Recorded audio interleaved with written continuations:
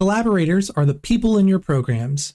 You may think of these as affiliates, but in Siren's case, an affiliate is just one of many different types of collaborator. Collaborators engage with your programs by performing specific, measurable actions that drive your business objectives.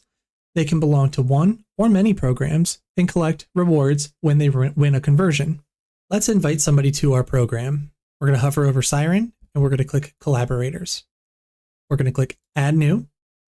And we're going to add the details of this collaborator right here. We'll add their name. We'll give them a nickname. We're going to enter their email address. Next, let's take a look at the tracking ID. A tracking ID is a unique alias for a collaborator.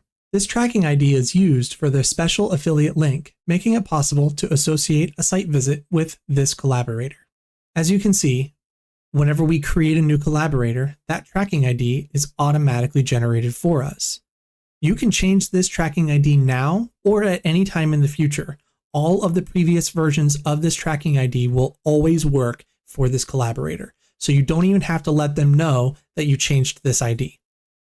So if you wanted to, in this case, create a tracking ID for Brad Wellington as well, you could do that. It doesn't really matter. Whatever you want that ID to be, it's up to you.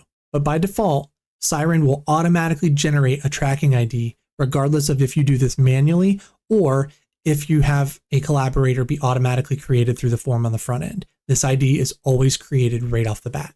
From there, we can set our status to active, pending, inactive. In this case, we're going to set it to active since we're creating it manually. We only want this affiliate to be in the affiliate program. They are not a part of the super affiliate program. We're going to click create. And just like that, we have a collaborator added to our affiliate program. Siren does not create users for collaborators by default. If Brad wanted to log into this site and view their statistics and other useful information, they need to create an account first. Let's go over how Siren helps automate this process. One thing to note, before you can create a user for Brad, you have to actually set up WordPress to be able to enable registrations. To do that, you're going to hover over Settings, go to General, and you're going to make sure this membership anyone can register checkbox is checked. If this is not checked, you will not be able to create user accounts for your collaborators. You can still create collaborators and they still work, but those collaborators will not be able to log into an account or create an account to be able to view their statistics and other useful information. Click Save Changes. Okay, now let's go back to our collaborators. We're going to check this box. We're going to click on the drop down and we're going to click Send Login Email and then click Apply. Now I'm using a special setup on my computer right now where I'm able to actually receive all of the emails that my WordPress site sends. So just pretend that this is Brad's inbox for the moment. So you'll see here, Brad received an email called Finish Setting Up Your Account. This email has a link, and whenever they click on that link, it's going to automatically send them to the registration form on WordPress. From here, they can create their username and click Register. Now, if you go back to the inbox, you'll see that you received an email letting you know that Brad made an account.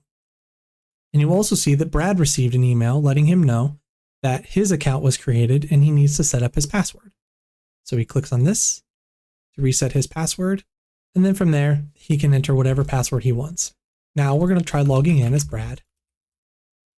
And just like that, Brad has been logged in and now has access to all of the data that is associated with his account.